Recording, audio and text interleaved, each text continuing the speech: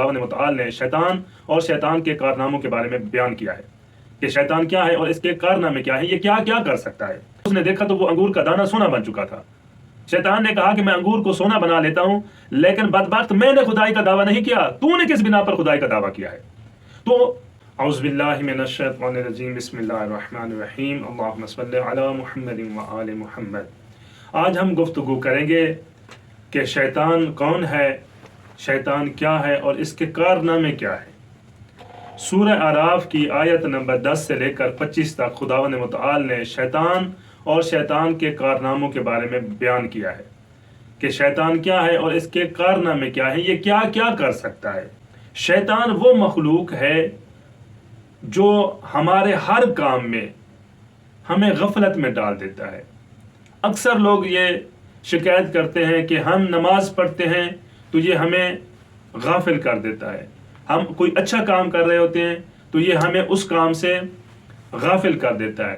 یعنی انسان کو ہر اچھے کام سے غافل کرنے کے لیے یہ ہر وقت تیار رہتا ہے، اور اس کے تصرفات یہ دنیا میں جو چاہے کر سکتا ہے، جو عجیب و غریب کام کرنا چاہے یہ کر سکتا ہے۔ ہر کام کرنے کی اس کے اندر طاقت ہے۔ جیسے یہ فرعون کے پاس گیا تو فرعون سے کہا کہ تو نے خدائی کا دعویٰ کیا ہے؟ نے کہا ہاں میں نے خدائی کا دعویٰ کیا ہے۔ تو اس نے انگور توڑا اور کہا کہ یہ کیا ہے؟ فرعون نے کہا یہ انگور ہے۔ کہا اب دیکھو یہ کیا ہے؟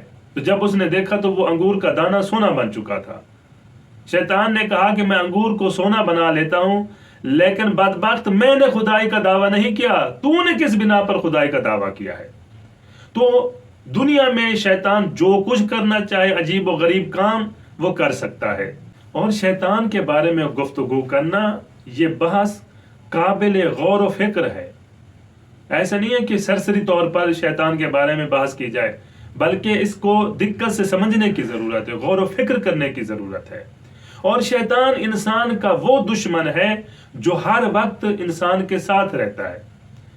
انسان دفتر میں ہے تو یہ اس کے ساتھ ہے، انسان اکیلے بیٹھا ہے تب بھی یہ اس کے ساتھ ہے، انسان اپنے گھر بیٹھا ہے تب بھی یہ اس کے ساتھ ہے۔ لیکن عجیب بات ہے کہ وہ انسان کہ جس کا دشمن ہے یہ اور اس کے گھر میں گھسا ہوا ہے، وہ انسان اس شیطان سے غافل ہے، وہ اس کی طرف توجہ نہیں دے رہا کہ یہ میرا کتنا بڑا دشمن میرے گھر میں موجود بیٹھا ہے۔ اس کے اندر طاقت کتنی ہے؟ اس کے اندر اتنی طاقت ہے کہ یہ ہر ظاہر سے باخبر ہے، جو کچھ دنیا میں ہو رہا ہے یہ اس سے باخبر ہے، بلکہ یہ انسان کے اندر جو انسان سوچتا ہے اس سے بھی باخبر ہے، بلکہ یہ انسان کے دل و دماغ میں گھس کے انسان کے دماغ میں وسوسے ایجاد کر سکتا ہے، انسان کے دل میں وسوسے ایجاد کر سکتا ہے، اور ایسے ایسے وسوسے ایجاد کرے گا کہ انسان کو سمجھ نہیں آتی کہ یہ میں سوچ رہا ہوں یہ شیطانی وسوسے ہیں۔ تو یہ انسان کے اندر چھپے ہوئے افکار سے بھی باخبر ہے، بلکہ یہ انسان کے دماغ میں بیٹھ کے منصوبے ایجاد کرتا ہے۔ اب جب اتنے کام کر سکتا ہے، اتنی طاقت رکھتا ہے کہ عجیب و غریب کام کر سکتا ہے، انسان پر اس کا کنٹرول ہے، پورے انسان کو اس نے جکڑا ہوا ہے، تو یہاں پر بہت سارے سوال جنم لیتے ہیں جس پر انشاءاللہ ہم آہستہ آہستہ بحث کریں گے۔